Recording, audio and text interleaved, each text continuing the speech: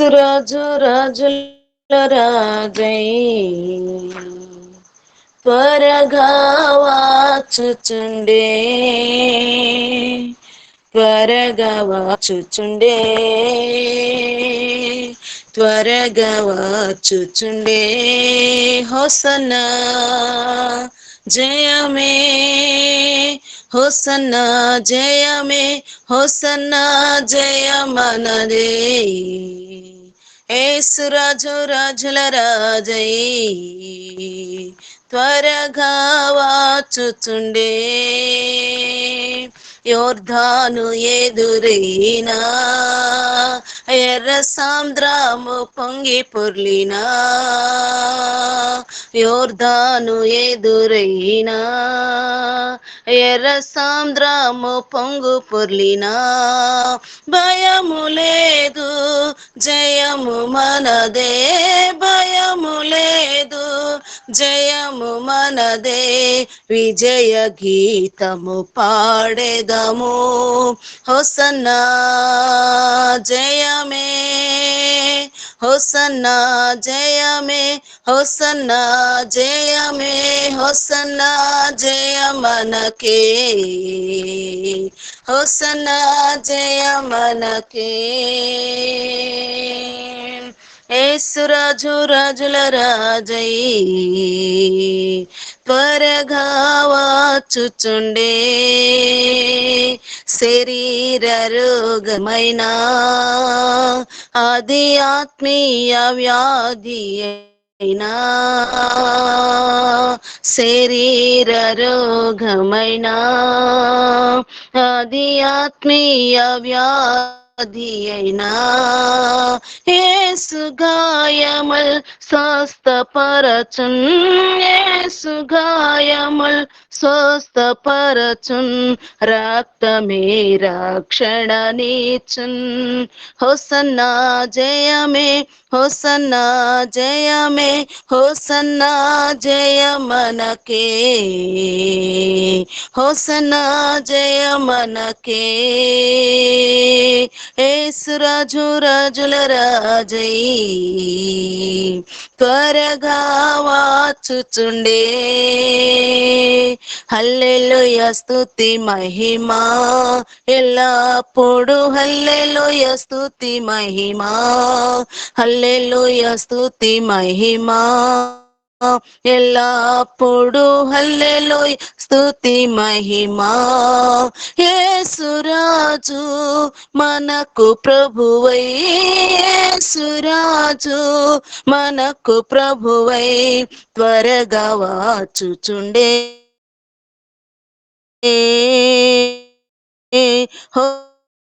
Hosanna జయమే హోసన్నా జయమే హోసన్నా జయమనకే హోసన్నా జయమనకే యేసురాజు రాజుల రాజై త్వరగా వాచుచుండే ప్రైజ్ లార్డ్ అమ్మగారు. మంచిది. ఈ సమయంలో దేవుని యొక్క వాక్యమును ధ్యానించుకుందాము. ఈ ఉదయకాల సమయంలో దేవుడు మనకు ప్రశస్తమైనటువంటి తన యొక్క వేకువనే మనకు ఆయన ఇచ్చినటువంటి కృపను బట్టి స్తుతులు చెల్లించుకుంటూ రండి వాక్యంలోనికి వెళ్దాము. లూకా గారు రాసినటువంటి సువార్త 16వ అధ్యాయము 15వ వచనము చదువుకుందాం. ఆయన మీరు మనుషులెదుట నీతిమంతులను అనిపించుకుని వారు కానీ దేవుడు మీ హృదయములను ఎరుగును. హల్లెలూయా. ఇక్కడ దేవుడి యొక్క మాటలు మనం చూసినట్లయితే ఆయన మీరు మనుషులెదుట నీతిమంతులు అనిపించుకుని వారు కానీ దేవుడు మన హృదయములను చూస్తా ఉన్నాడు. యేసుక్రీస్తు గురించి లూకా గారు మాట్లాడుతూ ఇక్కడ మాటలు రాస్తున్న స్వయాన యేసు ప్రభు గారు మాట్లాడినటువంటి మాట ఈయనంటున్నాడు చక్కగా ఏమంటున్నాడు, దేవుడు మీ హృదయములను చూస్తా ఉన్నాడు. లూకా గారు రాస్తూ ఎవరు చూస్తా ఉన్నారంట? మన హృదయాన్ని దేవుడు చూస్తా ఉన్నారు. మనుషులైతే పై రూపమును చూస్తారు కానీ దేవుడు అంతరంగములను చూసేటువంటి గొప్ప దేవుడై ఉన్నాడు. అందుకే లూకా గారు 18వ అధ్యాయములో ఒక మాటలు మాట్లాడుతా ఉన్నాడు. తామే 18వ అధ్యాయము 9వ వచనం, తామే నీతిమంతులని తాము నమ్ముకొని ఇతరులను తృణీకరించు కొందరిలో ఆయన ఉపమానము చెప్పెను. మనుషులు చూడండి, భూమి మీద ఏ వ్యక్తిని చూసినా, ఎవరిని చూసినా ఏమనుకుంటారు, మేమే నీతిమంతులు, మేమే పరిశుద్ధులము అని కొందరు ఆయనతో మాట్లాడుతూ ఏమనంటే ఈ ఉపమానము చెప్తా ఉన్నాడు. యేసు ప్రభు భూమి మీద ఉన్నప్పుడు ఆయన ఉపమానాల రీతిగా తన యొక్క శిష్యులతోనూ ప్రజలతోనూ మాట్లాడుతూ వచ్చేవారు. ఈ ఉపమానము కూడా నీతిని గురించి మాట్లాడుతూ, ఆయన మీ హృదయములను చూసేటువంటి దేవుడు, అంతరంగమును ఎరిగినటువంటి దేవుడు, నీవు నేను చేసేటువంటి ప్రతి పనిని కూడా చూసేటువంటి దేవుడని దేవుడు మాట్లాడుతున్న మాటలు. తామే నీతిమంతులను తమను నమ్ముకుని ఇతరులను గూర్చి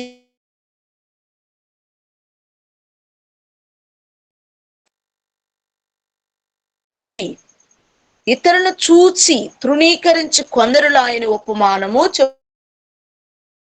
చెప్తా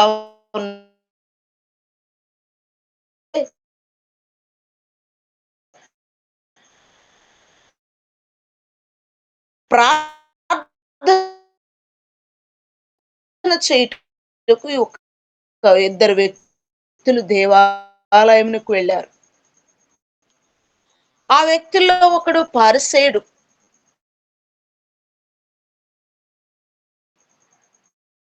ఒకరు ఎవరంటో మరొకరు ఏమన్నారు, సుంకరి. ఇద్దరు దేవాలయమునకు వెళ్ళారు.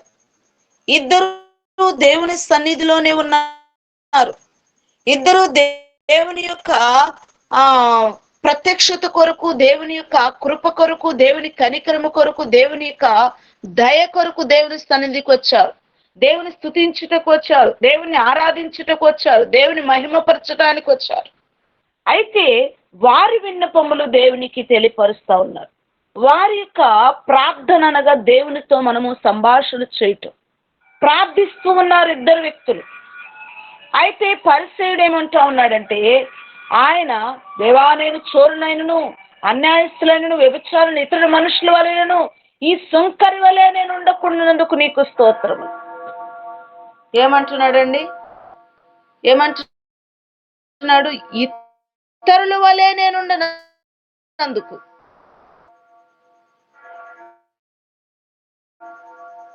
ఇతరుల వలె నేను జీవించినందుకు, ఇతరుల వలె నేను ఉండనందుకు నీకు కృతజ్ఞతాస్తుతులు చెల్లిస్తా ఉన్నాడంట. తన స్థితిని తను చూసుకోవటం లేదండి. తన యొక్క జీవిత విధానాన్ని ఆయన గ్రహించటం లేదండి. నేను ఇతరుల వలె ఉండలేదు, నేను ఇతరుల వలె నేను జీవించటం లేదు, ఇతరుల వలె నేను ఎలా ఉండలేదు అంటే ఇతరుల వలె నేను కాకుండా గొప్పవాడిగా ఉంటున్నాను. తనను తాను హెచ్చించుకుంటూ, తనను తానే మహిమపరచుకుంటూ, తను తానే హృదయములో అంతరంగములో దేవుడు చూస్తున్నటువంటి మాటను మర్చిపోయి దేవానికి కృతజ్ఞతాస్తుతులయ్యా. చూడండి, భూమి మీద ఉన్నటువంటి ప్రజలు హృదయాలని దేవుడు ఎరుగుతా ఉన్నాడు. నీవు నేను భూమి మీద జీవిస్తున్నామంటే, నీవు నేను ఆయన ఉనికిలో ఉన్నాము అంటే, ఆయన మన హృదయములను అంతరంగములను పరిశీలన చేస్తా ఉన్నాడు. హృదయాలను చూస్తాడు దేవుడు. చూడండి,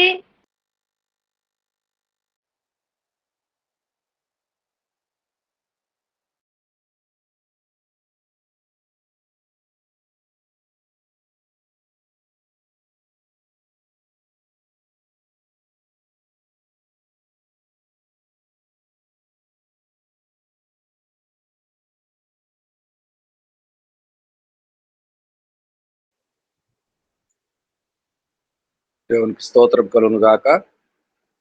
జయ గారి లైన్ కట్ అయిందండి.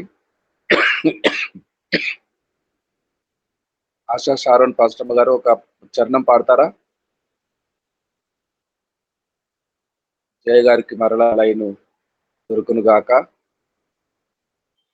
టెక్నికల్ ఇష్యూస్ క్లియర్ అవును గాక. ప్రైజ్ రావడమ్మా పాస్టమ్మ గారు, ఆశా షారోన్ గారు ఒక చరణం పాడండి అమ్మా.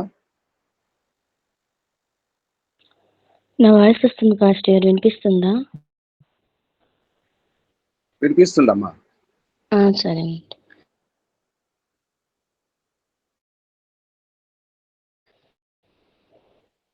వీచేగాలుల్లో ప్రతిరూపం నీవే,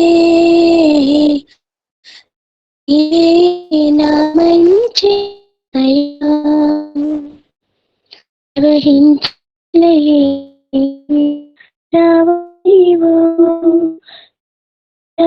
మాకు యేసయ్యా,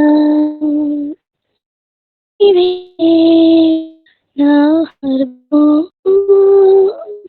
నీవే నా సర్వము, నీతోనే కనసండాలి, నీలోనే నివసించాలి, నీలోనే తరించాలి ప్రభు. నా ప్రాణనేస్తం, నీవు లేకుంటేనే జీవించలేను. నా ప్రియ యేసు నా ప్రాణనేస్తం, నీవు లేకుంటేనే జీవించలేను. వీచేగాలుల్లో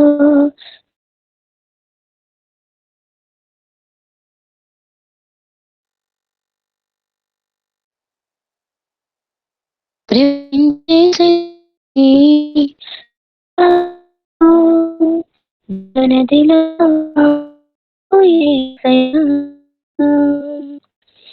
ప్రేమించే నా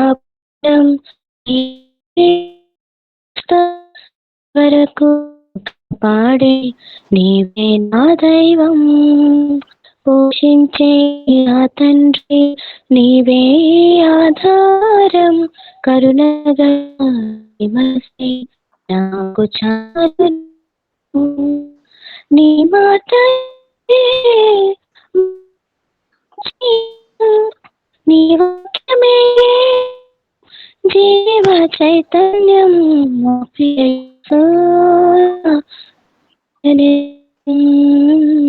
నీవు లేకుంటేనే జీవించలేను. నా ప్రియ యేసు నా ప్రాణనేస్తం, నీవు లేకుంటేనే జీవించలేను. హల్లెలూయా. అమ్మా సారీ అమ్మ, చూసుకోలేదు, ఇది ఎందుకు మరి ఆగిపోయింది అమ్మా? ఎక్కడ ఆగిపోయింది మెసేజ్? ఇతరు శంకర్ గురించి చెప్తున్నాను. పరిసేయుడు గురించి అయిపోయింది. ఓకేనమ్మా, మంచిది. ఈ సమయంలో ఆయన ఈ ఉపమానము చెప్తా వారి చేత మాట్లాడుతూ ఆయన అంటున్నాడు, తనలో తాను ప్రార్థించుచుండెను. ప్రియమైన దేవుని బిడ్డలారు, దేవుని యొక్క పిల్లలమైనటువంటి మనము, మన హృదయాలు పసి పిల్లల హృదయముల వలె అయిపోవాలి. పసిపిల్లలు చూడండి, వారి హృదయములు ఎప్పుడు కూడా ఎంత సంతోషం, ఎంత ఆనందం, ఏ దిగులు, ఏ చింత, ఏ బాధ, అసలు వారికి ఏమి జరుగుతుందో భూమి మీద అన్నటువంటిది తెలియకుండాటువంటి వారి హృదయాలు పసి హృదయాలండి కదండి. మన జీవితంలో గనక ఎవరైనా మన జీవితం లేదని చూస్తే అది హృదయములు మర్చిపోలేం. ఎందుకంటే ఇంకా మనము పరిసేలు వలె ఉన్నాము గనక. ఇక్కడ సుంకరి ప్రార్థన దేవుడు ఆలకిస్తా ఉన్నాడు. దూరము నిలిచండి, ఆకాశము వైపు కనులెత్తుటకైనను ధైర్యము చాలక రొమ్ము కొట్టుకొనుచు, దేవా పాపినైనను కరుణించుమని పలికెను. అతని కంటే ఇతడు నీతిమంతుడుగా తీర్చబడని తిరిగి ఇంటికి వెళతా ఉన్నాడు. చూడండి ప్రియమైన దేవుని బిడ్డల, మనము నీతిమంతులుముగా తీర్చబడటానికి పరిశుద్ధమైనటువంటి దేవుడు మన నిమిత్తము ఏమై ఉన్నాడో మనం ఈరోజు మాట్లాడుకున్నాం. ప్రియమైన దేవుని బిడ్డలారా, మన హృదయములను ఆయన ఎరిగినటువంటి దేవుడు, మన హృదయాలని ఆయన చూస్తున్నటువంటి దేవుడు, మన హృదయమును ఆయన ఎరిగినటువంటి దేవుడు కనుక నీవు దేవుని యొక్క హృదయము కలిగినటువంటి వ్యక్తి అయినట్లయితే ఆయన పనిని నీవు కొనసాగిస్తూ ఉంటావు. అదే కదండి దైవ సేవకులు ఎప్పుడు సమయమనక అసమయమనక దేవుని స్వార్థను, తన యొక్క శరీరమును సుఖమును కూడా చూసుకోనకుండా ఆత్మతో బలముతో దేవుని యొక్క శక్తి మేరకు ఆయన పరిచర్య చేస్తూనే ఉన్నారు. మన మధ్య ఉన్నటువంటి దైవ సేవకులు ఎంత విశేషమైనటువంటి మాటలు మనము జ్ఞాపకం చేసుకుంటున్నామంటే, నిజంగా మనము దైవ సేవకులు చూసినట్లయితే సిగ్గుపడవలసినటువంటి పరిస్థితి. నేనైతే నా హృదయంలో ఉన్నటువంటి మాటల్ని మీకు తెలియపరుస్తా ఉన్నాను. ఈ కాలములో మనము చూసినట్లయితే మరి మనకి ఈ లైవ్ కార్యక్రమం అందిస్తున్నటువంటి దైవ సేవకులు చూస్తుంటే మనం సిగ్గుపడవలసినటువంటి పరిస్థితి. నా మట్టుకు నేనైతే సిగ్గుపడవలసినటువంటి పరిస్థితి. ఎందుకంటే ప్రియమైన దేవుని బిడ్డలారా, దేవుని యొక్క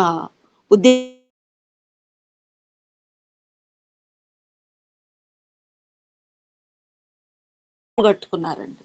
వారి జీవితాలను దేవునికి సమర్పించుకున్నారండి. దేవుని యొక్క ఉద్దేశాలు, దేవుని యొక్క ప్రణాళికలు ఏంటో తెలుసా? నిన్ను వలే నీ యొక్క పొరుగు వారిని ప్రేమించుమని, నీవు పొందుకున్నటువంటి ఈ యొక్క స్వభావమును, నీవు పొందుకున్నటువంటి రక్షణను, నీవు పొందుకున్నటువంటి ఈ యొక్క ఆత్మీయ రక్షణను ఇతరులకు కనుపరచాలని. నాకేముందిలే, నేను రక్షించబడ్డాను, నాకు పరలోకం వచ్చేసిందిలే, నాకు చాలులే, ఇంకా నా జీవితం ఇంతేననుకుంటే సరిపోదండి. వారి జీవితంలో పరిస్థితులు ఏవైనా సరే దేవుని సువార్తను అలుపెరుగక ప్రకటిస్తూనే ఉన్నారు. వాళ్ళని చూసినప్పుడు నన్ను నేను సిగ్గు తెచ్చుకుంటాను అన్నమాట. ఎందుకంటే మన జీవిత కాలము ఎంత సమయం ఉంటుందో మనకు తెలియదండి. రేపేం జరుగుతుందో మనకు తెలియదండి. సమయం ఉండగానే, దేవుడు మనకు సమీపముగా ఉండగానే, ఆరోగ్యం ఉండగానే, బలం ఉండగానే, శక్తి ఉండగానే దేవుని స్వార్థను మనము పొరుగు వారికి అందించేటువంటి వారముగా ఉండాలి. కానీ మనము ఆ విషయాల్లో 24 గంటలు దేవుడు మనకి సమయం ఇచ్చినా సరిపోవటం లేదండి. మన పనులు మనకే సరిపోనటువంటి సమయంగా మానవుడు పరిగణించబడుతూ ఉన్నాడు. సమయం బిజీ. ఉదయకాలం లేచిన దగ్గర నుంచి మానవుడు బిజీ అయిపోతా ఉన్నాడు. ఎందుకంటే దేవుని సన్నిధిలోకి వచ్చి కూడా దేవునికి కృతజ్ఞతలు స్తుతులు చెల్లించలేనటువంటి వారిగా, దేవుని మనస్సును ఎరగనటువంటి వారిగా, దేవునికి తన యొక్క అంతరంగములో ఉన్నటువంటి ఆ యొక్క సమస్తమును కూడా చెప్పుకోలేనటువంటి వారిగా అయిపోతా ఉన్నారు. అందుకే దేవుడు అంటున్నాడు, నీ హృదయములను ఆయన ఎరుగుతాడు. ఎవరి హృదయాలను ఎరుగుతాడండి? మన హృదయములను దేవుడు ఎరుగుతా ఉన్నాడు. చూడండి ప్రియమైన దేవుని బిడ్డలారా, ఇక్కడ గనక మనము చూసినట్లయితే మత్తయి గారు రాసినటువంటి సువార్త 6వ అధ్యాయము, మత్తయి గారు రాస్తూ ఈ మాట మాట్లాడుతూ ఉన్నాడు. 6వ అధ్యాయము 1వ వచనం చదువుకుందాం మనం. మనుషులకు కనబడవలనని వారి ఎదుట మీ నీతి క్రియలను, మీ నీతి కార్యములు చేయకుండా జాగ్రత్త పడుడి. లేని ఎడల లోకమందున మీ తండ్రి యొద్ద మీరు ఫలము పొందరు. హల్లెలూయా. దేవుడు ఇక్కడ ఏమంటున్నాడో తెలుసా? మనుషులకు కనబడవలని వారి ఎదుట మీ నీతి క్రియలను కార్యములను చేయకుండా జాగ్రత్త పడండి. ఇష్టమే కదా. ఎందుకని మనుషులకు కనబడకూడదని ఆయన చెప్తా ఉన్నాడు? ప్రియమైన దేవుని బిడ్డలారా, మనుషులకు కనబడవలని మీరు చేయకుండా లోకమందున మీ తండ్రి ఎదుట మీరు వాటిని కనుపరచాలని ఇష్టపడతాం. వాటిని కనుపరచబడినప్పుడు ఆ ఫలమును మనం పొందుకుంటాం. కాకపోతే మనుషులకు కనబడినప్పుడు ఆ ఫలాన్ని మనం పొందలేనటువంటి వారముగా ఉంటాము. కావున మీరు ధర్మము చేయనప్పుడు మనుషుల వలె ఘనతనందవలనని ఏషధారుల వలె ఉండొద్దు కదండి. ఒక మాట మనకు గుర్తొస్తా ఉంది, వాక్యం మనకు చదువుతా ఉంటే. ఈ ఒక వాక్యం చూద్దాం మనము. మత్తయి లూకా గారు రాసినటువంటి సువార్త అదే మాట మనం మాట్లాడుకుంటున్నాము. లూకా గారు రాసినటువంటి సువార్త 10వ అధ్యాయము 29వ వచనం చదువుకుందాం.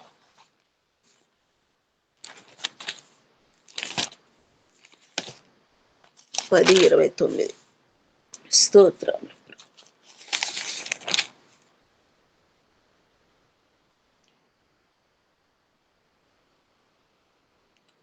అయితే తాను నీతిమంతుడైనట్లు కనపరచగనగోరి అతడు అవును కాని నా పొరుగువాడు ఎవడని యేసుని అడిగెను. యేసు క్రీస్తు భూమి మీద ఉన్నప్పుడు ఇక్కడ ఒక మాట మాట్లాడుతూ ఉన్నాడు. ఏమనంటే అక్కడ చూస్తా ఉన్నాడు, ఇతను దగ్గరికి వచ్చి నీవు సరిగా ఉత్తరం ఇచ్చితివి. ఏమంటున్నాడు పైవచ్చు, అతడు నీవు దేవుడైన యెహోవాను నీ పూర్ణ హృదయముతోను, నీ పూర్ణ మనసుతోను, నీ పూర్ణ శక్తితోను, నీ పూర్ణ వివేకముతోను ప్రేమింపవాలని నిన్నే పొరుగు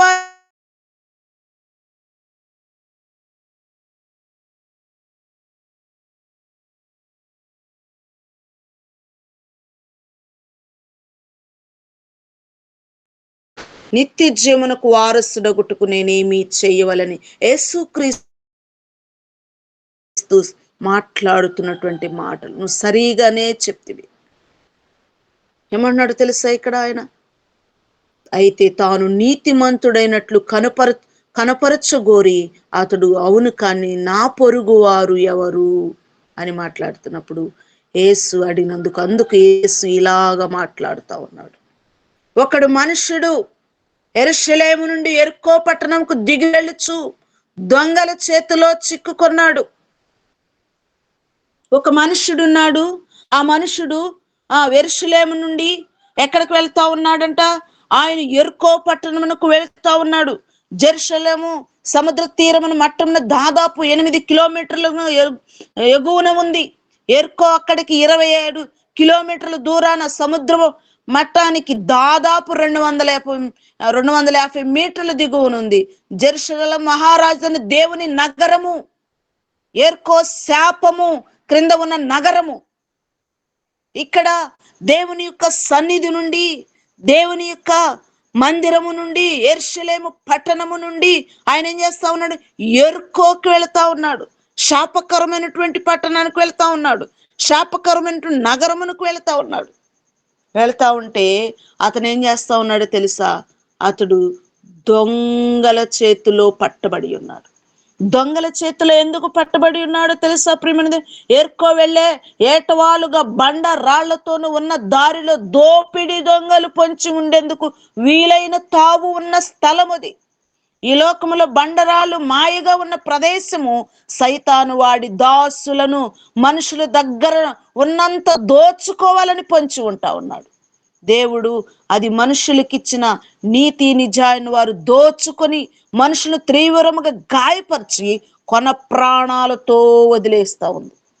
ప్రియమైన దేవుని బిడ్డల, అంటే భౌతికంగా ప్రాణం ఉంది కానీ ఆధ్యాత్మికంగా కాదు. మన జీవితాల్లో కూడా సాతాను ఇదే చేస్తా ఉంది. మనలో ఉన్నటువంటి సత్యమును, నీతిని, పరిశుద్ధతను, మనలో ఉన్నటువంటి ప్రణాళికలను, మనలో ఉన్నటువంటి ఉద్దేశములను, దేవుని చిత్తమును, దేవుని నీతిని, దేవుని యొక్క సంకల్పాన్ని నెరవేర్చబడకుండా దోచుకుంటా ఉంటున్నాడు సాతాను మన హృదయములను. అందుకే దేవుడు ఎరుగుతా ఉన్నాడు. కనుక ప్రియమైన దేవుని బిడ్డలు, ఇక్కడ ఏం చేస్తాడు తెలుసా? ఇతడు ఎక్కడ చిక్కుబడి ఉన్నాడు తెలుసా? యెరికో పట్టణం దిగును వెళుచు దొంగల చేతిలో చిక్కుకొనను. వారు అతని బట్టలు దోచుకొని అతని కొన ప్రాణముతో విడిచిపెట్టి వేశారు. కొన ప్రాణముతో విడిచిపెట్టేశారు. ప్రియమైన దేవుని బిడ్డలారా, కొన ప్రాణముతో విడిచిపెట్టి వేస్తే అతడొక యాజకుడు ఆ త్రోవనే వెళ్ళుట తటస్థించెను. యాజకుడు అంటే ఎవరు? దేవుని సేవకుడు. యాజకుడు వెళ్తా ఉన్నాడు, కానీ ఆ పొరుగువాణ్ణి యొక్క సంగతిని పట్టించుకోకుండా దాటి వెళ్ళిపోతా ఉన్నాడు. అతన్ని చూచి పక్కగా వెళ్ళిపోయాడంట. లేవీయుడు ఒకడు వచ్చాను, ఆ చోటుకి చూచి మరి అతను కూడా ప్రక్కకే వెళ్ళిపోయాడు. అయితే ఒక సమరయుడు ప్రయాణమైపోవచ్చు అతన్ని పడి ఉన్న చోటికి వచ్చి, ప్రియమైన దేవుని బిడ్డలారు, దేవుని సేవ చేసేటువంటి వారు, దేవుని యొక్క పనిలో ఉన్నటువంటి వారు, దేవుని యొక్క ప్రణాళికలు తెలిసినటువంటి వారు, యాజకుడు కొన ప్రాణముతో ఉన్నటువంటి వ్యక్తిని చూసి దాటి పక్కకు వెళ్ళిపోతాడు. లేవీయుడు ఒకడు ఉన్నాడు. లేవీయులు దేవుని యొక్క పరిచర్య చేయుటకు నియమించబడినటువంటి దేవుని పిల్లలు. ప్రియమైన దేవుని బిడ్డలారా, ఈ మాటలు మనం చదువుకుంటా ఉంటే మన హృదయములో దుఃఖము రావాలండి. పరిశుద్ధ గ్రంథము ఆది కాండం నుంచి ప్రకటన గ్రంథము వరకు దేవుడు ఒకే ఒక మాటలో మనకు విమిడ్చి పెట్టాడండి. నిన్ను వలే నీ పొరుగు వారిని ప్రేమించు. ప్రేమించబట్టానండి ధనంజయ అయ్యగారు ఏం చేస్తా ఉన్నారు తెలుసా? స్వార్థను వెదజల్లుతా వెళ్తా ఉన్నారు. ఆయన ఈ లోకములో ఉన్నటువంటి యొక్క ఫలమును, ఈ లోకములో ఉన్నటువంటి ఏం చూసుకోవటం లేదంట, ఆ ఘనతను చూసుకోవటం లేదండి. తాను హృదయములో పెట్టినటువంటి భారమును ఇతరులకు పంచుతా ఉన్నారు. చూడండి ప్రియమైన దేవుడు, సమరయుడు, మంచి సమరయుడు అండి మన యేసయ్య. సమరయుడి గురించి మనం మాట్లాడుకుంటే మనకు సమయము సరిపోదు. మనము దేవుని వాక్యాన్ని కొంచెం ముందుకు కొనసాగించుకున్నాం. మంచి సమరయుడు అండి మన యేసయ్య. అంటున్నాడు కదా, ఏమంటున్నాడు తెలుసా? అతన్ని తీసుకుని అతని యొక్క గాయాలు నిమిత్తము ఎక్కడికి అప్పచెప్తా ఉన్నాడు తెలుసా? ప్రియమైన దేవుని బిడ్డలారా, సమరయుడు ప్రయాణం అయిపోవచ్చు. అతడు పడి ఉన్న చోటికి వచ్చి అతన్ని చూచి అతని మీద జాలిపడి దగ్గరకు పోయి నూనె రాసి అతను ద్రాక్షారసము పోసి అతని గాయములు కట్టి అతని వాహనం మీద ఎక్కించుకొని యొక్క పూట కూలి వాని ఇంటికి తీసుకొని పోయి అతను పరామర్శించాను. ఈ రోజుల్లో పరామర్శించేవారు లేరండి, గాయాలు చూసేవారు లేరండి. ఈ రోజుల్లో ప్రియమైన దేవుని బిడ్డలారా, నూనె రాస్తున్నటువంటి ఏందండి, మన గాయాలని వారు నెమురుతా ఉన్నారండి. అంటున్నాడు, తీసుకెళ్ళి పూట కూలి వాడిని తీసుకెళ్ళి, ఇదిగో ఇతన్ని నీ దగ్గర ఉంచుకో, ఇతనికి పరామర్శించు. ఒకవేళ ఇక్కడి నుంచి మరలా నేను ఇదే దారిని వస్తాను, ఇదిగో నా దగ్గర ఉన్నటువంటిది నీవు తీసుకుని అతన్ని పరామర్శించు, అతన్ని బాగు చేయి. ప్రియమైన దేవుని బిడ్డలారా, 2000 సంవత్సరము క్రితమే యేసు క్రీస్తు మన నిమిత్తము, మన పాపము నిమిత్తము, మన దోషముల నిమిత్తము ఆయనను కొన ప్రాణముతో కాదండి, ప్రాణము పోవునంతగా గాయపరిచారు. ప్రియమైన దేవుని బిడ్డ, మంచి సమరయుడు మన నిమిత్తము గాయపరచబడినటువంటి గొప్ప దేవుడు మన దగ్గరకు వచ్చి మన గాయములు కట్టి మనలో ఉన్నటువంటి ప్రతి పాపమును తీసివేసి పరిశుద్ధమైనటువంటి పిల్లలముగా, సత్యవంతులముగా భూమి మీద ఆయన యొక్క కుమారులుగా, కుమార్తెలుగా బ్రతకాలని మన నిమిత్తం ఆయన ఏం చేశాడు? వెల చెల్లించి వేసేసాడు. ఇంకా మరలా నేను వస్తాను, అతడేమైనా ఉంటే బాకీ అది నేను తీరుస్తాను అంటున్నాడు. నేను ఇస్తాను, మరలా ఇదే దారి గుండా వస్తాను. మరలా యేసు క్రీస్తు మన కొరకు ఆయన మేఘారుడై రాబోతా ఉన్నాడు. నీవు నేను ఆయన నీతిని, పరిశుద్ధతను, ఆయన యొక్క సంకల్పమును, ఆయన యొక్క ఉద్దేశములను నెరవేర్చేటువంటి వారముగా ఉండాలి. నిజంగా నేనైతే ప్రియమైన దేవుని బిడ్డలారా, వారి గురించి ఏదో మెప్పుగా నేను చెప్తున్నానని కాదు, కానీ ప్రతి ఉదయము సమయము ఎక్కడైనా సరే దాటి వెళ్తారేమోనని కూడా గమనించటానికి నేను చూస్తాను. కానీ వారు క్రమములోను వారి బాధ్యతలోను దేవుడే వారిని ఎరుగుతా ఉన్నాడని, దేవుడికి లెక్క అప్ప చెప్పవలసిందని పాస్టర్ గారు వారి యొక్క ప్రయాసకు నేను వారికి నా చేతులెత్తి పాదాభివందనం చేస్తున్నానండి. ప్రియమైన దేవుని బిడ్డలారు, ఎందుకంటే ప్రియమైన దేవుని బిడ్డలారు, ఈ రోజుల్లో మానవుడు సువార్త నిర్లక్ష్యం చేస్తా ఉన్నాడండి. స్థిరపడి స్వార్థులను చూస్తా ఉంటే మనము మానవుడు ప్రయాసపడటానికి ఇష్టపడతలేదు. నిజంగా ప్రియమైన దేవుని బిడ్డలు, వారు చేసేటువంటి పరిచర్యలో నేను కనీసము ఒక ఇసుక రేణు అంతా అన్ని కూడా చేయలేకపోతా ఉన్నాను. ఎంత గొప్ప భాగ్యం అండి. దేవుడు వారి హృదయములను ఎరిగినటువంటిది, వారిని స్థితిని చూస్తున్నటువంటి దేవుడు. వారికి ప్రతిఫలమును దేవుడు ఇస్తాడు. హల్లెలూయా. వారికి ప్రతిఫలమును ఆయనది సమృద్ధిగా ఇవ్వాలని నేను ప్రార్థన చేస్తాను. ప్రియమైన దేవుని బిడ్డలారు, పరిస్థితులు చూస్తా ఉంటే దేవుని మనము కుటుంబంలో ఒక్క వ్యక్తివే నువ్వు దేవుని నమ్ముకున్నావా? దేవుడు నీ హృదయాన్ని చూస్తా ఉన్నాడమ్మా. నీవు దేవునికి నీ యొక్క జీవితాన్ని సమర్పించుకుని నీ యొక్క జీవితంలో దేవుని ఎదుట ఎదుగుతా ఉంటుంటే నీ ఇంటిలో నీ పిల్లలు, నీ కుటుంబము, నీకున్నటువంటి రక్త సంబంధికులు నిన్ను గుర్తించటం లేదా? అయినా బాధపడద్దు. దేవుడు ఒక దినమున ఒక సమయం వస్తా ఉంది, నిన్ను గుర్తించి హెచ్చించి ఘనపరిచే దినం రాబోతా ఉంది. ఎందుకంటే నీ హృదయమును మనుషులు కాదు చూస్తా ఉంది, దేవుడు చూస్తా ఉంది. సర్వ సృష్టికర్త ఆయన చూస్తా ఉన్నాడు. ఆధ్యాత్మికమైనటువంటి మాటలు మనము మాట్లాడుకుంటున్నాం. ప్రియమైన వారు దోచుకుని మనుషును తీవ్రంగా గాయపరిచి ప్రాణముతో వదిలిపోయారు. కానీ అంటే భౌతికంగా ప్రాణం ఉంది, కానీ ఆధ్యాత్మికమైనటువంటిది కాదు. భౌతికమైనటువంటి ప్రాణముతో మనుషులు మనల్ని కొన ఊపిరితో వదిలివేసిన మనకి మంచి సమరీయుడు ప్రభు అయిన యేసుక్రీస్తు మనల్ని ఆయన పరామర్శించేటువంటి దేవుడై ఉన్నాడు. మన నిమిత్తము ఆయన బాధ్యత తీసుకున్నటువంటి దేవుడై ఉన్నాడు. మన నిమిత్తం ఆయన ఆ నిరంతరమును కూడా స్తోత్రార్పణ చేసే దేవుడై ఉన్నాడు.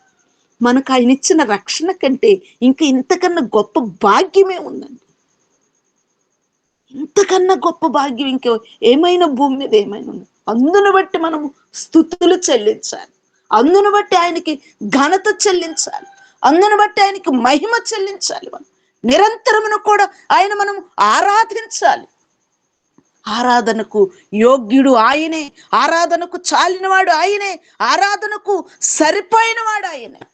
ఆయనే ప్రభువైన యేసుక్రీస్తు కనుక మనము నిరంతరము ఆయనను ఉదయకాల సమయంలో ఆయనకు స్తోత్రార్పణ చేద్దాము.